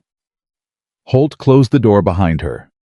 Edward sat alone in the formal room for a long time, looking at the letters on the table, and let the full weight of what he had put in motion settle around him. Victoria Harrington would be fine ultimately. Women like her had more resilience than people credited them for. She would recalibrate, find a different approach, perhaps even find what she had originally been looking for through some other means. She was capable, and she was smart, and she would survive. But she would not survive it here. Not in this circle. Not with his name attached to hers in any useful way. He folded the letters. He put them in the fire. He watched them burn. I thought about Margaret's face the night before, the steadiness of it, the clear-eyed way she had said, "I'll be watching," before she closed the door. He thought about how far a person had to travel inside themselves to get to that place, to go from standing in a ballroom being publicly humiliated to sitting in their grandmother's cottage and looking their husband in the eye and telling him the truth without either anger or apology. He thought about the 10 years he hadn't been watching. The letters turned to ash. He stood up. He had work to do. Margaret found out about the meeting with Victoria from Lady Pemberton, who found out from Lady Ashton, who was Victoria's sponsor and social engine, and who had, in the 48 hours following Edward's meeting, received a visit from Victoria that was described afterward as deeply unpleasant and not entirely coherent. Lady Ashton, who was sociable and not particularly observant, but not entirely without conscience, came to Lady Pemberton because she was troubled. Lady Pemberton came to Whitmore because she thought Margaret should know. She arrived on a Wednesday afternoon with the particular energy of a woman carrying information she has deemed important enough to deliver in person, and she sat across from Margaret in the small sitting room and told her everything with the kind of efficiency that comes from having strong opinions and no patience for softening things unnecessarily. When she finished, Margaret was quiet for a moment. "How did she take it?" Margaret asked. "Victoria. Badly by all accounts," Lady Pemberton said. "She said things to Lady Ashton that I understand were not composed. Lady Ashton is apparently reconsidering the friendship." "Lady Ashton didn't know what she was being used for," Margaret said. Lady Pemberton blinked. "That's rather generous under the circumstances." "It's accurate," Margaret said, "which is different from generous." Lady Pemberton studied her. "You're not pleased that he's handled it." Margaret thought about this honestly. "I'm relieved that it's done. I'm not pleased in the way you mean. I don't feel satisfied the way I think you're expecting me to feel satisfied." "Why not?" "Because her exposure doesn't fix what was wrong before she arrived," Margaret said. "It's like Harriet, if you have a house with a crack in the foundation and someone exploits that crack, you can remove the person. But the crack is still there. The house still has to be repaired." Lady Pemberton was quiet for a moment. "And is it being repaired?" Margaret looked at the window. "We're having conversations we should have had years ago. Whether that constitutes repair, I don't know yet. I genuinely don't know." "But you're talking." "We're talking," Margaret confirmed. And something in her voice when she said it was different from the careful composure she had worn for years. Softer, more uncertain, more real. Less the Duchess of Ashbourne, and more simply a woman who was working something out. Lady Pemberton put her hand briefly over Margaret's. "For what it's worth, I've watched the two of you for 10 years. What I see in you now, whatever it costs, it's better than what was there before." Margaret looked at her. "You were disappearing," Lady Pemberton said quietly. "Very slowly, very efficiently. But you were disappearing. I watched it happen, and I didn't say anything, and I'm sorry for that." Margaret shook her head slightly. "You couldn't have said anything. I wouldn't have heard it." "Perhaps not," Lady Pemberton said. "But I should have tried." They sat together in a silence that was the comfortable kind, the kind between women who have known each other long enough to let things be complicated without feeling the need to simplify them. Edward came to Whitmore on Thursday, and on Saturday, and the following Tuesday. He did not come with agendas or prepared speeches. He came increasingly simply because he was finding that being in Margaret's presence was the thing that made him most aware of what he was actually thinking, the way certain kinds of light make things visible that you can't see any other way. He came and they talked. Sometimes about the estate she had asked to be kept informed, not because she was ready to return to managing it, but because it was hers and she was not going to pretend otherwise. Sometimes about nothing particular. Once unexpectedly about their early years, the first winter at Ashbourne, when they had both been young and uncertain, and had he was beginning to remember genuinely made each other laugh. "You were funny," Margaret said with the particular surprise of someone rediscovering a fact they had filed away somewhere. "You used to make me laugh at the most inappropriate moments." "I remember," he said. "You were very good at not laughing in public, and then absolutely losing it the moment we were alone." "Lord Carmichael's speech at the harvest dinner," she said. 1878. "The part about the turnips," he said. "I still don't know how I kept my face straight." He looked at her across the table. Her face in that moment lit by the ordinary afternoon light through the cottage windows. Unguarded, actually amused by a memory was more familiar to him than anything he had seen in years. He had missed her. Not the Duchess of Ashbourne. Not the excellent household manager. Her, the specific woman who had once sat beside him at a harvest dinner and held her composure through Lord Carmichael's speech about turnips, and then collapsed into helpless laughter the moment they reached their carriage. He had missed her, and he had not known he was missing her because he had stopped looking for her. "I stopped making you laugh," he said. The lightness in her face shifted. Not disappeared, just shifted, adjusted, became something more careful. "Yes." "When did that happen?" She thought about it. "I'm not sure there was a specific moment. It was more like we stopped having the kinds of conversations where laughter could happen. We started having conversations about things. The estate, the season, what needed to be done. And somewhere in all of that, the space for anything else just closed up. I let it close, he said. We both let it close, she said. I was a participant in this, Edward. I've told you that. I know, but I was the one who started looking elsewhere for the thing that was available here. He paused. I was an idiot. Margaret picked up her teacup. Yes, she said. You were. He heard something in her voice when she said it. Not harshness, not contempt. Something that was almost not quite the ghost of the particular warmth that used to exist between them. A tiny margin of something like humor around the edges of the honest word. He held on to it. The twist that nobody had expected came not from Edward or from Margaret, but from a woman named Clara Holloway. Clara was 23, the daughter of the Tennant family. Margaret had helped 3 years ago. The Holloways, whose situation had never reached Edward's desk, because Margaret had managed it quietly and with discretion. Clara had grown up knowing the Duchess of Ashbourne as the woman who had come to their home on a cold afternoon with practical help and no condescension, and had treated her mother like a person rather than a problem. She came to Whitmore on a Friday morning in early December, carrying a letter and looking nervous. Agnes brought her in. Margaret received her in the sitting room, genuinely surprised to see her. Clara, she said. Sit down. What's happened? Clara sat. She was clearly wrestling with something, the kind of wrestling that happens when you know something and aren't sure whether telling it will help or just cause more pain. I need to tell you something, ma'am, she said. About Lady Harrington. Margaret was still. All right. My cousin works in a house in London. Lady Ashton's house. She's been there 3 years. Clara twisted the letter in her hands. She wrote to me because she didn't know what to do with what she knows. She said she heard things, over the last year, things Lady Harrington said when she didn't know anyone was listening. What things? Margaret asked. Clara took a breath. She unfolded the letter. She read from it, her voice steady, but slightly too careful, the way people read when they are trying not to add their own feeling to someone else's words. Her cousin had heard Victoria in Lady Ashton's drawing room on 2 separate occasions, being deliberately specific about how she described the state of the Ravenscroft marriage. Not vague observations. Specific. Almost scripted. As if she had prepared what she wanted planted and was being careful to plant it consistently. But the thing that had troubled Clara's cousin, the thing that had finally made her write the letter, was something she had overheard the previous month after the ball, after Margaret had left. Victoria speaking to an unknown man in Lady Ashton's library, late in an evening, saying very clearly that the next step was to make the separation permanent before the Duke came to his senses. Make it permanent.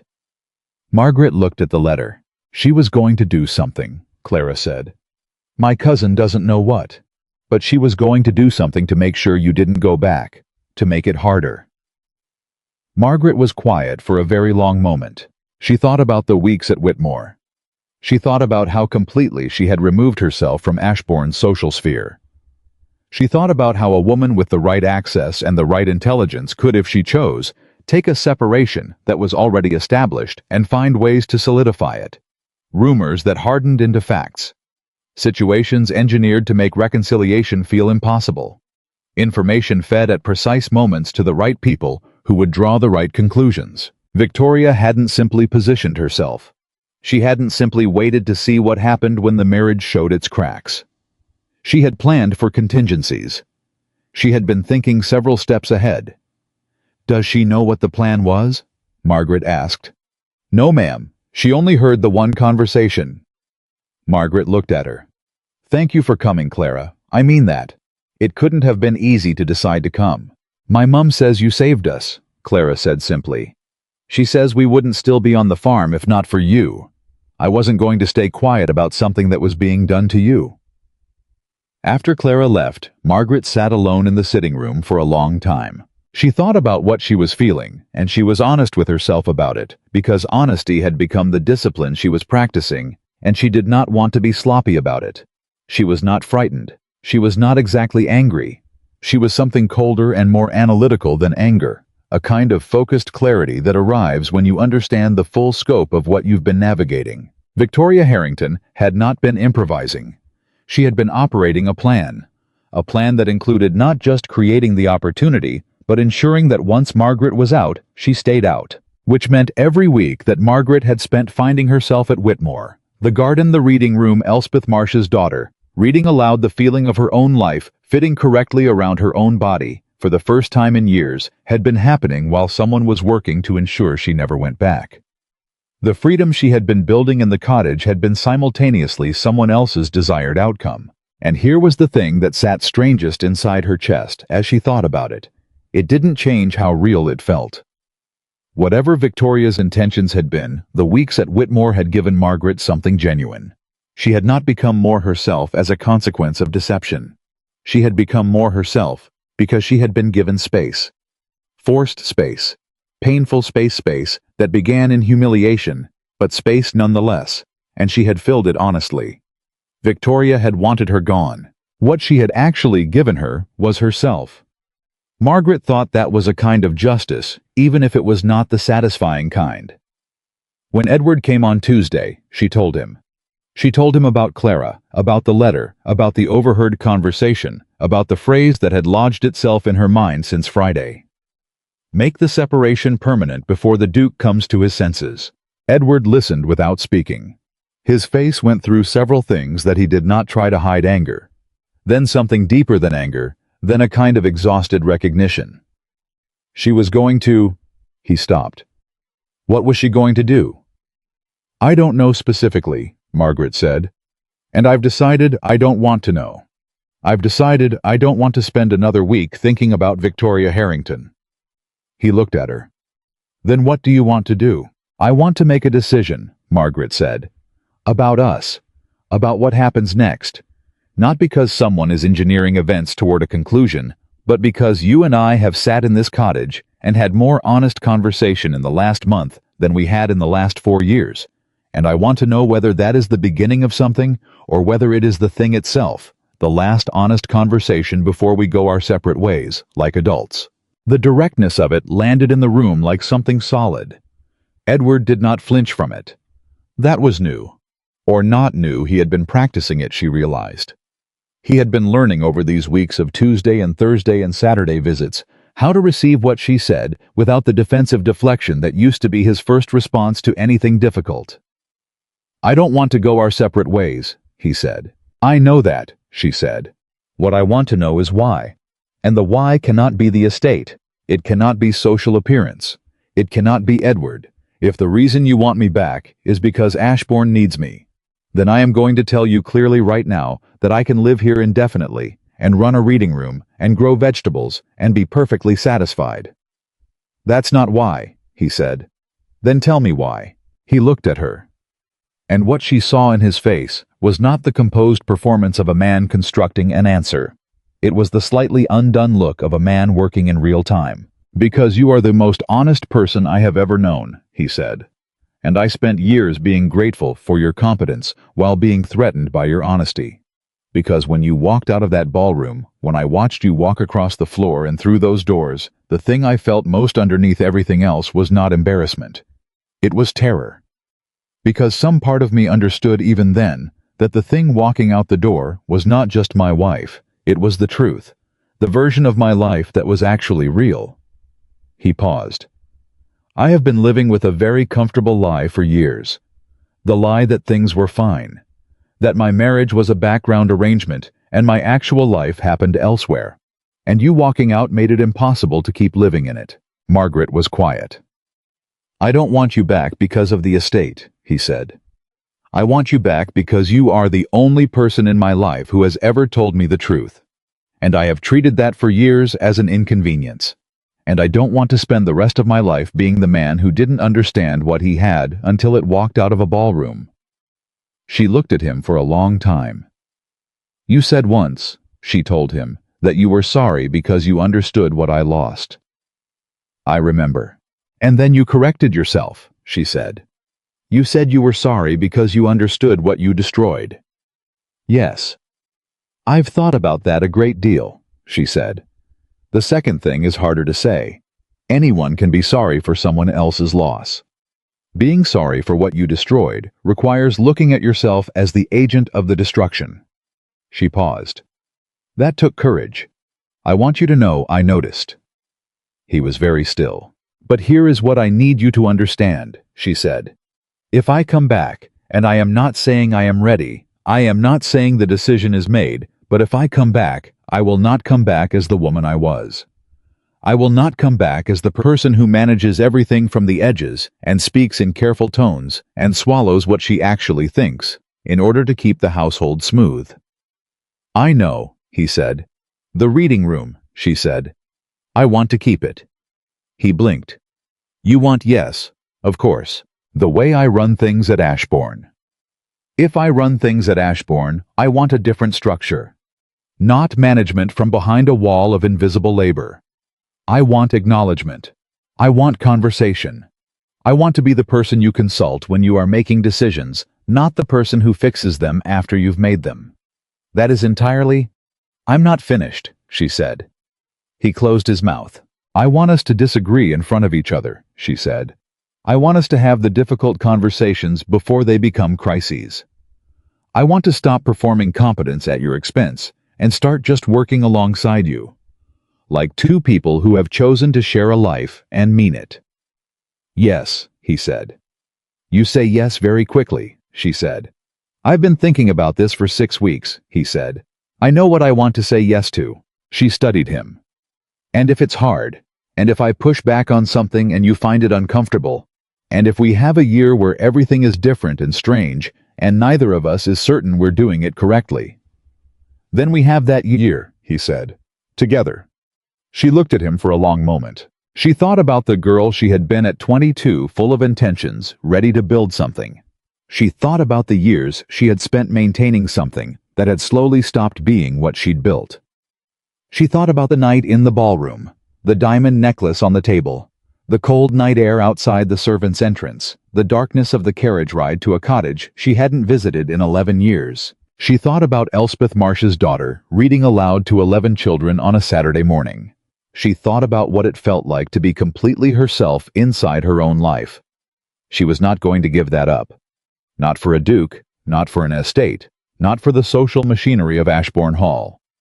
But she was also sitting here looking at this man who had finally, at significant cost, begun to look back at her, beginning to understand that she might not have to. I'm not coming back yet, she said. His face registered it. I need more time, she said. Not weeks, but some more time. I need to know that what I feel here isn't only the relief of having left. I need to understand what I am choosing toward, not just what I am choosing away from. How much time? He asked. I don't know exactly. Can I still come on Tuesdays? He asked. Something moved through her. Not quite a smile. The memory of one. You can still come on Tuesdays, she said. He exhaled. And Thursdays, he said. Don't push it, she said. But she said it differently than she had said anything to him in years, with a dry light edge that was not armor and not performance. Just her. Just the woman who had once laughed in carriages about harvest dinner speeches, and who was, it turned out, still here. Edward stood to leave. At the door he paused. Margaret, he said. She looked at him. Thank you, he said, for still talking to me. She held his gaze. Don't make me regret it, she said. He nodded once, serious. I won't. He left.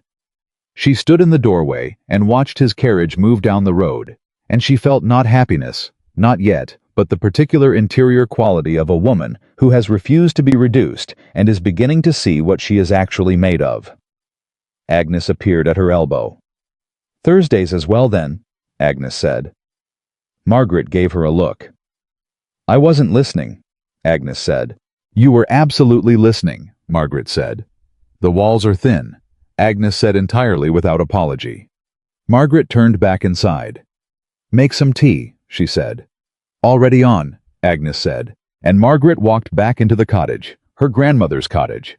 Her cottage now, the place where she had come apart and come back together, and was still carefully building, and she sat down in her chair and picked up the book she had been reading when Edward arrived, and she read 3 lines before she put it down again, because she was smiling slightly and couldn't quite concentrate. She let herself smile. She didn't try to manage it into something smaller. She just let it be there, quiet and real in the warm room that was hers. The more time passed, Edward understood that waiting was not passive. He had always associated patience with inaction, the quality of men who lacked the decisiveness to move, who stood at the edges of their own lives while others built things. He had prided himself quietly and consistently throughout his life on being a man who acted, who decided, who moved forward without the paralysis of excessive reflection. He understood now that this had been in many respects precisely the problem. He came to Whitmore on Tuesdays. He had not pushed for Thursdays again after she told him not to, though she had 3 weeks later opened the door on a Thursday afternoon before he knocked and said simply, "The tea is already made," which he took as the invitation it clearly was, and did not remark upon because he was learning. He was learning a great many things. How was learning, for instance, that the conversations he had avoided for years, the ones about feeling about disappointment, about the specific texture of what had gone wrong between them, were not as dangerous as he had believed them to be. They were uncomfortable. They required a kind of sustained attention that was genuinely more difficult than managing an estate or navigating the political waters of the House of Lords. But they did not, as he had always vaguely feared, end in unresolvable catastrophe. They ended mostly in a room that was quieter and cleaner than it had been before the conversation started. Howe was learning that Margaret's directness, which he had once unconsciously categorized as a quality to be managed, was in fact the most valuable thing she offered. She did not soften things unnecessarily. She did not construct comfortable versions of difficult truths. She said what she saw, and what she saw was almost always accurate, and adjusting his life to that accuracy, rather than finding ways around it, was changing him in ways he couldn't fully articulate but could feel. Howe was becoming at 47 years old someone who paid attention. He was learning what that actually meant. The children's reading room at Whitmore was now a Thursday institution, and Edward arrived one Thursday in mid-December to find the cottage full of noise in a way he had not encountered before. Not chaotic noise, but the particular bright racket of children being entirely themselves in a space that had been made safe enough for that. He stood in the doorway. 14 children. Ages ranging from perhaps 6 to perhaps 13. Some sitting on the floor, some on the chairs that had been brought from other rooms, arranged in a loose cluster around Margaret, who was seated in her grandmother's chair, reading aloud from a book held open in both hands. She was reading with full commitment. Different voices for different characters, pauses in exactly the right places, a rhythm that pulled the children forward, even when the words were slightly above them. The boy nearest to Edward, who was perhaps 8 and had apparently forgotten the rest of the world existed, had his mouth slightly open. Margaret looked up. She saw Edward in the doorway. She did not stop reading. She held up one finger just a moment and finished the paragraph she was on, and the children's collective exhale. When she paused was the most complete sound of satisfaction he had heard in recent memory. "We'll continue Thursday next," she said, and the noise of 14 children responding to this was immediate and unanimous, and he thought exactly what a house should sound like. He stepped aside while they filed out, and several of them looked at him with the frank curiosity of children who have not yet learned to disguise their assessment of unfamiliar adults. "Who's he?" said the boy with the open mouth. "A friend," Margaret said. "He looks important," the boy said. "He's working on it," Margaret said. The boy appeared satisfied with this and left. Edward stood in the now quiet room. "Working on it," he said. "It was the kindest, accurate thing I could say," she told him. She set the book aside and stood, and he noticed not for the first time in recent weeks, but more sharply this time, that she moved differently here than she had at Ashbourne. Not with less grace, with more ease. The careful calibration that had been her permanent posture at Ashbourne, the slight readiness in her shoulders, the constant peripheral awareness of what was needed and by whom was simply absent. She was comfortable in her own body, in a way she hadn't been in years. He noticed it and said nothing about it, because saying it would have required explaining that he had recognized its absence only now that he had seen its presence, and that was a conversation that deserved more than a passing mention. 14 today, he said instead. 15 next week if Clara Holloway's brother comes, she said. He's been asking. He's 9, and apparently very serious about dragons. Dragons. There's a book, she said. I ordered it from London. It arrives Friday. He looked at her. You ordered a book about dragons for a 9-year-old boy. I ordered a book about dragons for anyone who wants to read it, she said. But yes, primarily for Thomas Holloway, who has been asking his sister to ask me about it for 3 weeks, and was apparently too shy to ask himself. Edward thought about Clara Holloway coming to this cottage in early December, with her cousin's letter about the loyalty that had built itself between this woman and a farming family over 3 years, and a quiet act of kindness that had never reached his desk. He thought about what it meant that Clara had walked 30 minutes in December cold to protect a woman who had once protected her family. That was not the behavior inspired by a duchess. That was the behavior inspired by a person. I want to tell you something, he said. Margaret looked at him. All right. I've been thinking about what you said about coming back, not as the woman standing behind me, but as the woman standing beside me. He paused. I want you to know I understand the difference now. I don't think I fully understood it when you said it. I said yes because I knew it was the right thing to say. But I've been sitting with it, and I understand it now in a way that is different. She waited. Beside me means I am also accountable to you, he said. It means my decisions are not made in isolation and presented for your management. It means when I am wrong, and I will be wrong. Margaret, I am not suggesting I have somehow become incapable of being wrong, you tell me. And I listen, not as a courtesy, as a requirement. She was still watching him. I have been running Ashbourne like a man who thinks accountability is a weakness, he said. I have been running my marriage the same way, and what I have produced is an estate that cannot function without one person's invisible labor, and a marriage that only one person was actually present in. He met her eyes. I don't want to run anything that way anymore.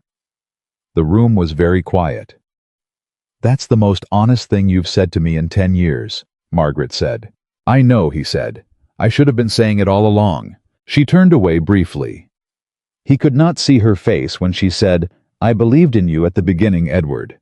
I want you to know that. I believed in who you were and who you were going to become, and I built around that belief for years. And somewhere in the building, I stopped telling you about the belief, and you stopped showing me evidence of it, and we arrived at the ballroom. She turned back. Her eyes were clear. I don't want to arrive at the ballroom again. We won't, he said. That's a large promise, she said. I know, he said. I'm making it anyway. She looked at him for a long moment. And he saw something in her face that he recognized not from the last 10 years, but from before, from the very beginning. From a 22-year-old woman who had looked at him across a room with the expression of someone deciding to trust something. She was deciding again. I'm coming home, she said. He went very still. Not because the estate needs me, she said. Not because the social season is beginning. Not because Victoria is gone, or because the situation has been resolved. I'm coming home because I have spent 12 weeks finding out what I want, and what I want is not the marriage we had, but the marriage I think we are capable of building, and I cannot build it from here. He crossed the room in 3 steps. He did not reach for her hand. He stopped in front of her and looked at her properly, the way he had failed to look at her for years, the way that actually sees another person, rather than the familiar outline of what you expect them to be. Thank you, he said. And this time, it meant something more specific than it had the first time he said it. It meant for not giving up on the possibility of this. For telling the truth when it was easier to leave. For sitting in your grandmother's cottage and building yourself back up piece by piece instead of collapsing into something smaller. For being still the woman I should have been paying attention to all along. She heard all of it. He could tell she heard it. Don't thank me yet, she said. Thank me in a year. She did not return to Ashbourne overnight. She came back the way she had left on her own terms, in her own time with Agnes beside her, and a specific clarity about what she was returning to and what she was not. She walked through the front doors on a gray January morning, and she stood in the entrance hall and she looked at the flowers, The fresh ivory roses, the ones she had always ordered, standing in the arrangement she had always maintained, and she understood that someone had remembered while she was gone to keep doing the small things she had always done quietly. She went to find who had done it. It was Thomas, the young footman who had been 19 at the time of the ball and was now 20 and still slightly afraid of getting things wrong. "The flowers," she said. Thomas turned red immediately. "I hope that was I asked Mrs. Hartley what you always ordered, ma'am, and I've been every week I've been. I hope that's all right." "That's perfectly all right, Thomas," she said. "It's more than all right." He went redder. "We missed you, ma'am, all of us." She looked at this boy who had brought her champagne at the ball and ordered flowers every week for 12 weeks because no one had told him to stop. "Thank you," she said. "I missed being here." And she meant it, not as performance, not as the correct thing to say to a footman, but as the simple truth. She had missed Ashbourne the way you miss something you built with your own hands. She had missed it even as she had needed desperately to leave it. She went upstairs. She walked through the rooms. She opened the library and looked at the desk where she had left the notes. All of it documented the machinery of the household, mapped out in her own hand, and she saw that some pages had been handled. Some correspondence had been attempted. Some of it had been done wrongly, and some of it had been done well, and the whole thing had the quality of someone learning a language by necessity. Edward appeared in the doorway behind her. "Holt tried his best," he said. "I can see that," she said. "He made a complete mess of the Tenants' Association correspondence," Edward said. "I thought you should know before you find it yourself." She almost smiled. "What kind of mess?" "The kind where he sent the wrong response to the wrong tenant and the right response to no one." A pause. "There may have been a small riot."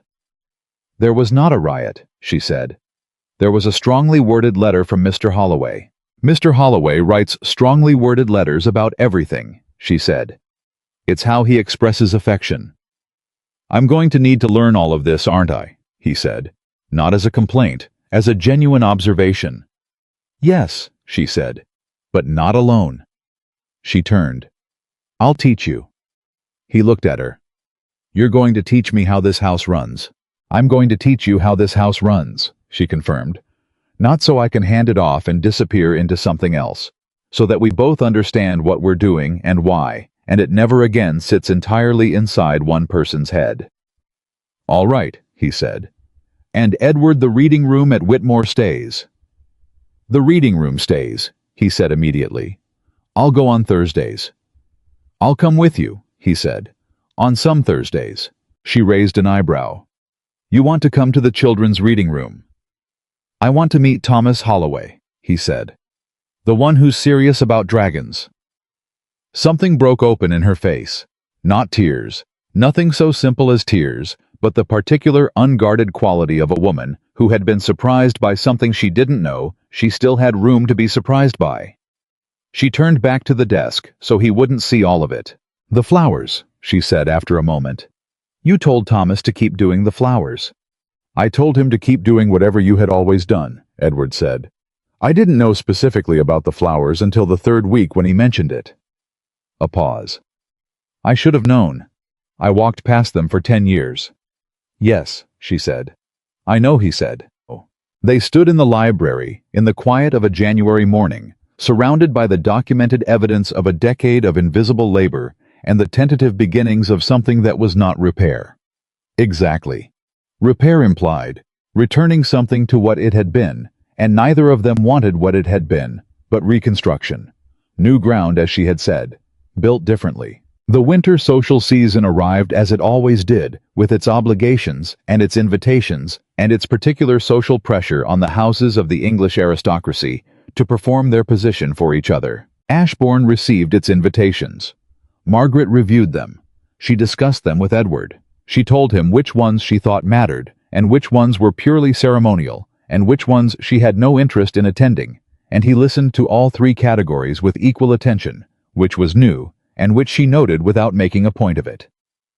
They attended the Pembertons' dinner in the 3rd week of January. It was the first time Margaret had appeared in that social circle since the night of the ball. She was aware walking in of the particular quality of a room that has been anticipating someone's arrival. The Duchess of Ashbourne, who had walked out of her own husband's ball without tears, who had vanished to the countryside and been reported as thriving, who had apparently run some sort of extraordinary reading program for village children, she had become in her absence a story. And stories in English society have a power that presence rarely does. Lady Pemberton found her within 30 seconds of her arrival and gripped her hand. "You look extraordinary," she said. "Not extraordinary as in dressed well though you are. Extraordinary as in altered, as in more yourself." "I am more myself," Margaret said.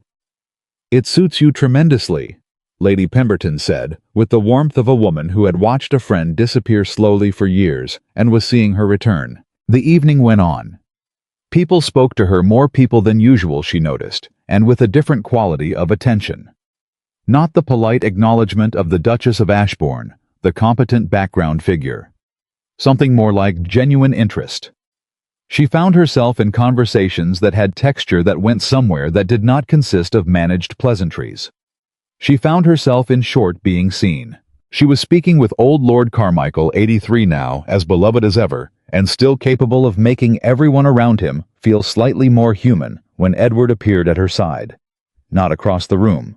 Not with someone else. At her side, with the specific intentionality of a man who has decided where he belongs and is no longer confused about it. Lord Carmichael looked up at him. "Your Grace," he said. He looked at Margaret. He looked back at Edward. He had known them both for the entirety of their marriage, and he missed very little. "You seem different," he said to Edward. "I am different," Edward said. "Good," Lord Carmichael said simply. "She's worth being different for." Edward looked at Margaret. "Yes," he said. "She is." Margaret kept her expression composed, but Lord Carmichael caught it, the slight shift, the involuntary thing that happened in her face, and he smiled the smile of a man who has lived long enough to know how rare it is for a marriage to find its way back to something true. The dinner was served. The tables were arranged as Harriet Pemberton always arranged them. Couples-separated conversation, forced across new configurations. The particular social engineering of a woman who believed that dinner parties were for exactly that purpose. Margaret found herself beside a young woman she did not know well. Lady Evelyn Cross, recently married, perhaps 25, with the particular expression of someone who is paying close attention to everything around her and filing it away. They talked easily. Lady Evelyn was sharp and funny and completely without the performed social ease of someone who had been doing this long enough to have learned the performance. She was simply herself, which Margaret found immediately refreshing. At some point in the meal, Lady Evelyn looked across the room toward her own husband, a young viscount who was talking animatedly with Lord Pemberton about something that appeared to involve maps, and something in her expression went soft and complicated at the same time. Margaret recognized that expression. She had worn it herself for years before it had simply worn away. "You're trying to work out how to be in it," Margaret said quietly. "The marriage. You're trying to work out how to be yourself inside it." Lady Evelyn turned to her. "Is it that obvious?" "Only to someone who has spent a great deal of time thinking about the same question," Margaret said. Lady Evelyn was quiet for a moment. "Does it get easier?" Margaret thought about 12 weeks in a cottage, about garden bulbs and dragons in Elspeth Marsh, about conversations in firelight that said true things, about walking back through Ashbourne's front doors on her own terms. "It gets possible," she said, "which is different from easier. Easier suggests that the difficulty goes away. What actually happens if you do the work is that the difficulty stops being something to avoid and starts being something to move through." Lady Evelyn absorbed this. "Don't disappear into it," Margaret said. "Into the marriage, into the role, into the management of someone else's life. Keep a piece of the room for yourself. The thing you do that is yours. The corner of your life that belongs to you." "What's yours?" Lady Evelyn asked. "Currently 14 children and a book about dragons," Margaret said. Lady Evelyn stared at her. "Long story," Margaret said. "But the point is, find yours. Early. Don't wait 10 years." The twist came after dinner, in the way that the most significant things tend to come, not dramatically, not in front of a crowd, but quietly in a side room where the weight of it could land properly. Edward found her. He had something in his hand. A small envelope cream-colored with her name on the outside, in handwriting she recognized as his. She had not seen his handwriting on something personal in years. Official letters, signatures, documents, but not something personal, not something handwritten for her. "I wrote this 3 weeks ago," he said. "I've been trying to decide whether to give it to you." She took it. She opened it. It was not long. That was the first thing she noticed. It was not a speech, not a constructed argument, not the careful architecture of a man who had prepared something to be impressive. It was a page and a half of handwriting that had clearly been done quickly with the quality of something written close to the real feeling. He had written about the morning after the ball. He had written about standing in her bedroom doorway and looking at the diamond necklace on the mantelpiece, and understanding, for the first time, what the sound of it settling against his dinner plate had actually meant. He had written about the week that followed the correspondence, the flowers, the tenants' association letters, and about how each thing he couldn't manage had felt less like an inconvenience and more like evidence. Evidence of what had been there all along that he had never acknowledged. He had written, "I have been the kind of man who mistakes reliability for simplicity. You were the most reliably extraordinary person in my life, and I treated that as a condition of the furniture rather than a choice you were making every single day. I would like to spend the rest of my life being the kind of man who understands the difference." She read it twice. Then she folded it carefully and put it in her evening bag. She looked at him. He was watching her with an expression she recognized now, the one he wore when he wasn't managing, when he had simply put something true in front of her and was waiting to see what she did with it. "You're not going to say anything?" he asked. "I'm going to say a great deal," she said. "Probably over several conversations. Probably over several years." She looked at him steadily. "Is that all right?" "That's what I'm counting on," he said. She held his gaze. "Good." The following month, Ashbourne Hall hosted a gathering. Not the grand winter ball. That was a thing that would take on a different shape going forward, though she hadn't decided exactly what shape yet, and Edward had said she should decide, and he would support whatever she chose, which was both generous and slightly alarming. But a smaller gathering. Dinner, perhaps. 40 guests, the inner circle of their social world. The people who had been present at the ball, who had watched her walk across that floor, and through those doors, who had spent the intervening months updating their understanding of what had happened and what it meant. She wore deep blue again. Not because she was making a statement. She simply liked it. And that choosing what she liked, because she liked it without calculating what it communicated, without managing the impression, was itself the statement, though she didn't need anyone to recognize it. Edward stood beside her to receive their guests. Beside her. Actually beside her, not slightly ahead. Not turned toward the room while she stood in his peripheral vision, but shoulder to shoulder, turned to the same direction, greeting people as two people who are doing the same thing at the same time. Lady Pemberton arrived and looked at the two of them standing together, and pressed Margaret's hand, and said nothing, and said everything.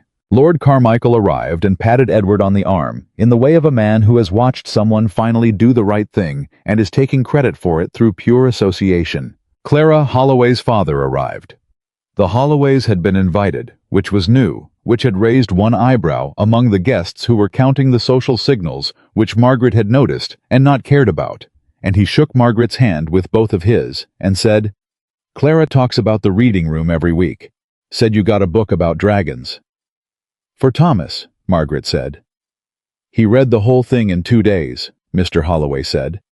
"Asked me what a knight was. I didn't know what to say." "Send him Thursday," she said. "We'll find out together." Mr. Holloway laughed. It was a laugh, the kind that comes from genuine delight rather than social obligation. And it was perhaps the best sound the entrance hall of Ashbourne Hall had produced in years.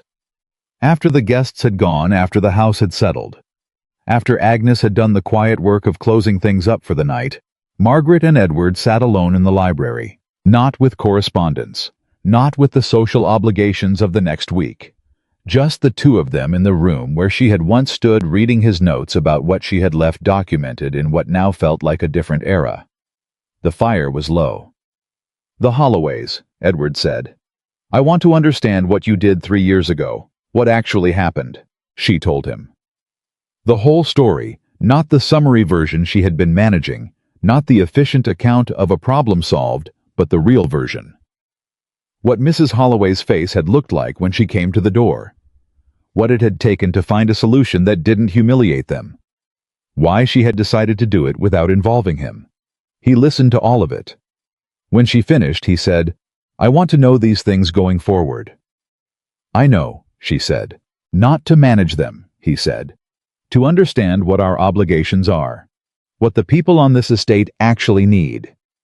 She looked at him. "You built relationships here," he said. "Real ones. The kind where a woman's daughter comes through the cold to warn you because she owes you a debt of loyalty. I have none of that. I have position. I have been confusing position with connection for my entire adult life." "You can build it," she said. "It's not too late." "Will you help me?" She considered him. "Yes," she said. "But you do the actual work. I'll point you in the right direction. The rest is yours to earn." He nodded. He understood the terms. They sat in the quiet of the library, and it was comfortable, not the performed comfort of two people maintaining a domestic tableau, but the real thing. The quiet of two people who have come through something difficult and are sitting in the aftermath of it with their eyes open. "I want to ask you something," Edward said. "Then ask." "Are you glad," he said, "that it happened, all of it? The ball, the leaving the cottage, all of it?" I'm not asking you to be grateful for the pain of it. I'm asking whether on balance you are glad that things went the way they went, rather than some other way. It was a more precise question than she had expected from him. It was the kind of question you ask when you have been paying attention to how to ask questions. She thought about it honestly.